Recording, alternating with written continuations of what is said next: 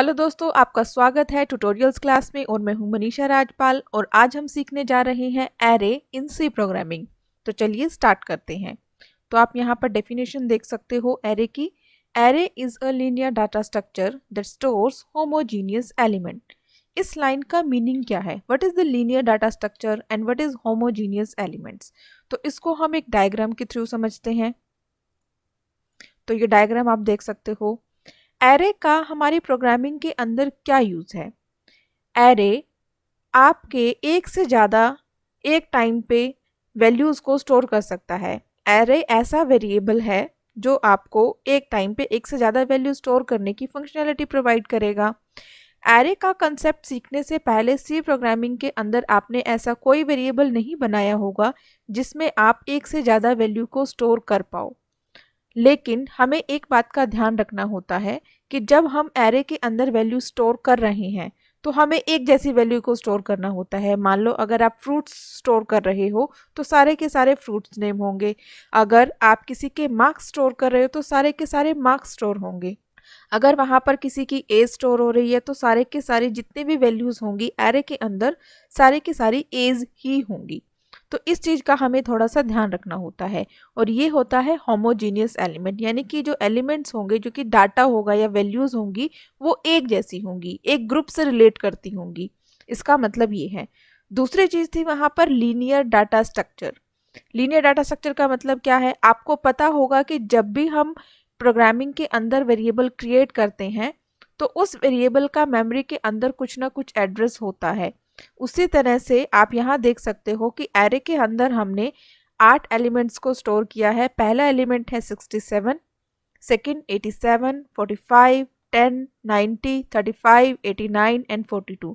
तो सबसे पहला एलिमेंट है हमारा 67 और आपके सबसे पहले एलिमेंट का जो एड्रेस होता है, हम यहाँ पर मानकर चल रहे हैं कि जो सबसे पहले एलिमेंट का एड्रेस है वो है आपका 400।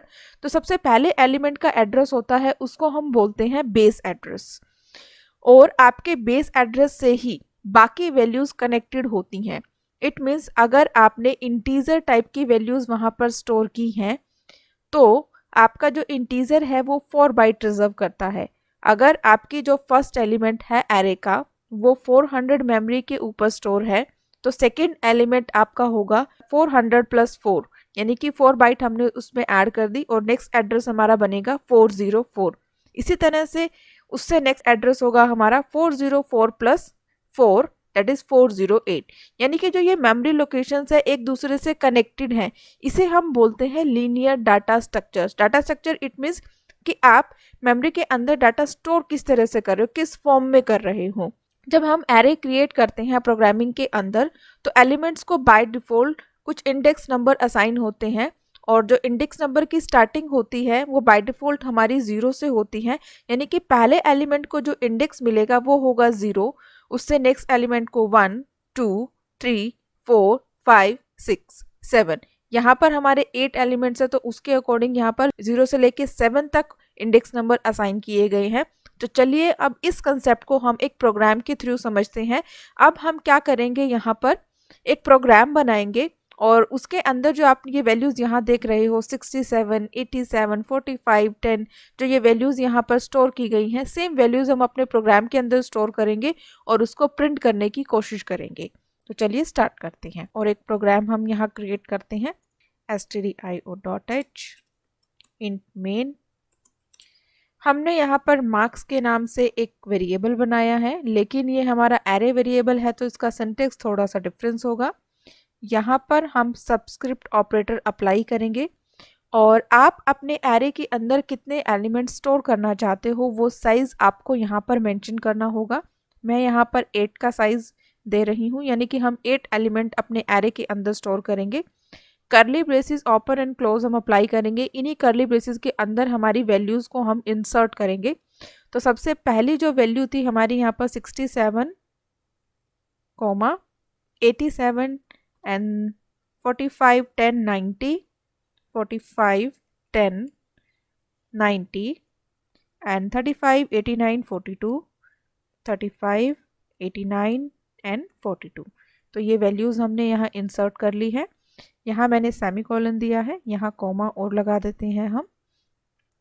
तो एरे हमारा यहाँ क्रिएट हो चुका है। इसके बाद हम क्या करेंगे, हम अपनी वैल्यूज को प्रिंट करेंगे। बट क्वेश्चन ये आता है, एरे सीखने से पहले आपने वेरिएबल्स को किस तरह से प्रिंट करवाया होगा। जब आप प्रिंटफ का यूज कर रहे हो तो आप नॉर्मली वहाँ पे % लगाओगे और वेरिएबल का नेम वहाँ पर दे दोगे और आपकी वैल्यू वहाँ प्रिंट हो जाएगी। बट एरे के केस में हम क्या करें, हमारे पास तो इस वेरिएबल के अंदर मोर देन 1 वैल्यू स्टोर है।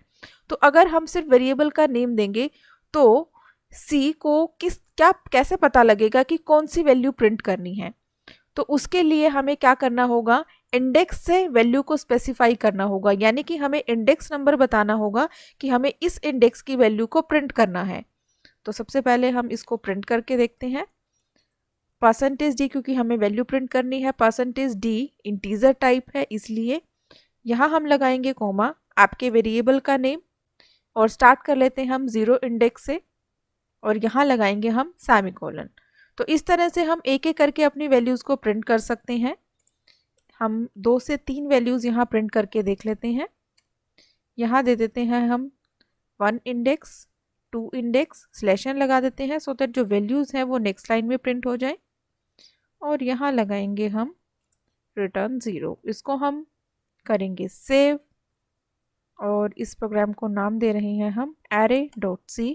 प्रोग्राम सेव हो चुका है। अब हम इसको रन करेंगे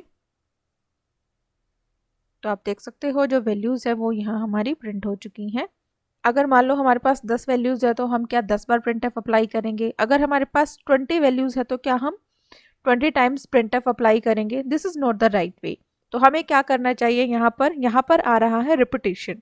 जहाँ रिपीटेशन आ जाए वहाँ पर हम यूज़ करते हैं लूप।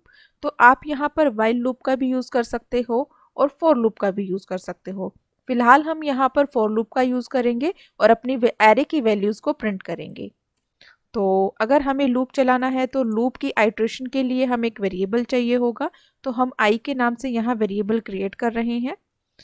फॉर लूप के अंदर इनिशियलाइजेशन हम यहाँ करेंगे 0, क्योंकि जस्ट बिकॉज ऑफ हमारा जो इंडेक्स नंबर है वो 0 से स्टार्ट हो रहा है तो इनिशियलाइजेशन हमने 0 से की है। I is less than 8। 8 क्यों, क्योंकि आपका जो इंडेक्स है वो 0 से 7 तक जाएगा। आई इज़ लेस देन 8 यानी कि जो हमारा लूप है वो 7 टाइम्स यानी कि हमारा 7 तक ही चलेगा और उसके बाद वो एग्जिट कर जाएगा। आई प्लस प्लस, यहाँ पर हम देंगे printf statement, %d to print the value, /n so that हर वैल्यू नेक्स्ट लाइन में प्रिंट हो, कॉमा आपके वेरिएबल का नेम। अब इंडेक्स नंबर कैसे दे, हम यहाँ पर अप्लाई करेंगे आई, क्योंकि आई हमारा इंडेक्स के लिए वर्क कर रहा है, आइट्रेशन के लिए वर्क करेगा। जब आई की वैल्यू होगी 0 तो आपके 0 इंडेक्स की वैल्यू प्रिंट होगी। जब आई की वैल्यू होगी 1 तो आपके 1 इंडेक्स की वैल्यू प्रिंट होगी। इसी तरह से हमारी एरे की सारी वैल्यूज़ यहाँ पर प्रिंट हो जाएंगी। तो हम इसको रन करते हैं।